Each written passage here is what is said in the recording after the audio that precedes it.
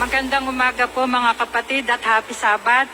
Sa umaga pong ito ay napakalaking pasasalamat ko na ako po ay naririto sa inyong harapan. Sa dahilan po sa mahabang panahon na aking ipinagpahinga sa pananampalataya. Muli po ako ay nakabalik at ako'y naririto. Noon po ay ako'y dumating sa buhay ko ang maraming pagsubok, ang marami po sa hadlang sa aking pananampalataya na ito po ay nagdulot na ako ay nag-backslide. Na ako po ay inayawan ko po lahat ni ang makarinig po na salita ng Panginoon. Inayawan ko po ang kahit ay Biblia ayaw ko pong basahin. Ako po ay bali 10 taon na ako po ay mula nang mabinyagan at ako ay nabautismuhan. Doon po dumating ang iba't ibang pagsubok sa buhay ko. Nagkasakit po ang anak ko. Nagkasakit po ako na siya'y nasa sa ospital pa. Nagkasakit na po ako. Pagkatapos po noon, nag-join po ang aking anak, yung nagkasakit. Nag-join po siya sa mga estudyante po na sila ay nagkukulpultor. Doon po ay siya ay nabangga. Isa na naman pong pagsubok sa akin. Hanggang po dumating ang pagsubok na ang aking pong asawa, siya ay namatay. Na naroon po na ang naiwan sa akin ay 5 anak. Na hindi ko po alam na kung paano ko bubuhayin. Sa dahilan po na kaliliitan ng aking anak.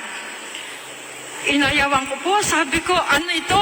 Sabi ko, ito ba ay sasabihin pagsubok? Ito ay sumpa na sa akin. Sa dahilan po na, ganito po ba ang may nakilalang Diyos? Ganito po ba ang may Diyos sa buhay? Naroon po ang pagsubok sa akin. Napakahaba po ng panahon na inayawan ko na ako ay mabanggit man lang sa akin ang pangalan ng Panginoon. Pero dumating din po ang pagkakataon na siya pa rin po ang naghari sa akin. Na ngayon po ay ako'y naririto sa inyong harapan upang siya ay purihin. Ang sabi nga po, ang simple pong sabi ni Pastor Jomel Arsenal, ang sabi po niya, kung tayo ay naririto sa ating pananampalataya, huwag nating bibitawan. Dumating po sa akin ang mga salitang yun, nito pong magkapandemya. Kaya po ang sabi ko, ang pandemya ay isang blessing para sa akin.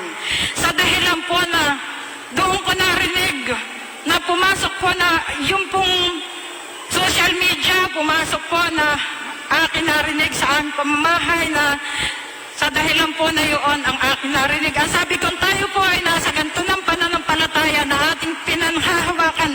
Huwag po natin itong bibitawan sa dahilan po na kung ito ay ating bibitawan, tayo po ay magtutulog-tulugan o ito po ay ating aayawan. Tayo po ay lugi.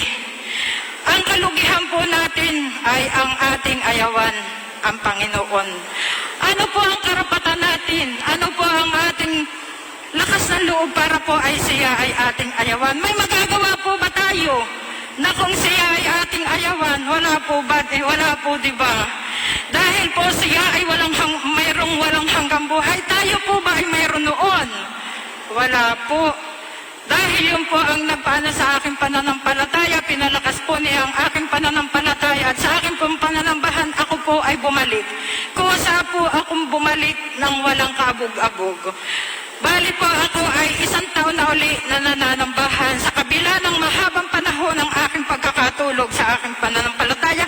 Ang tangi ko po lamang dalangin ay ako'y tulungan ng Panginoon na ito ay aking mapanagumpayan hanggang sa aking mausuko ang aking taglay na buhay.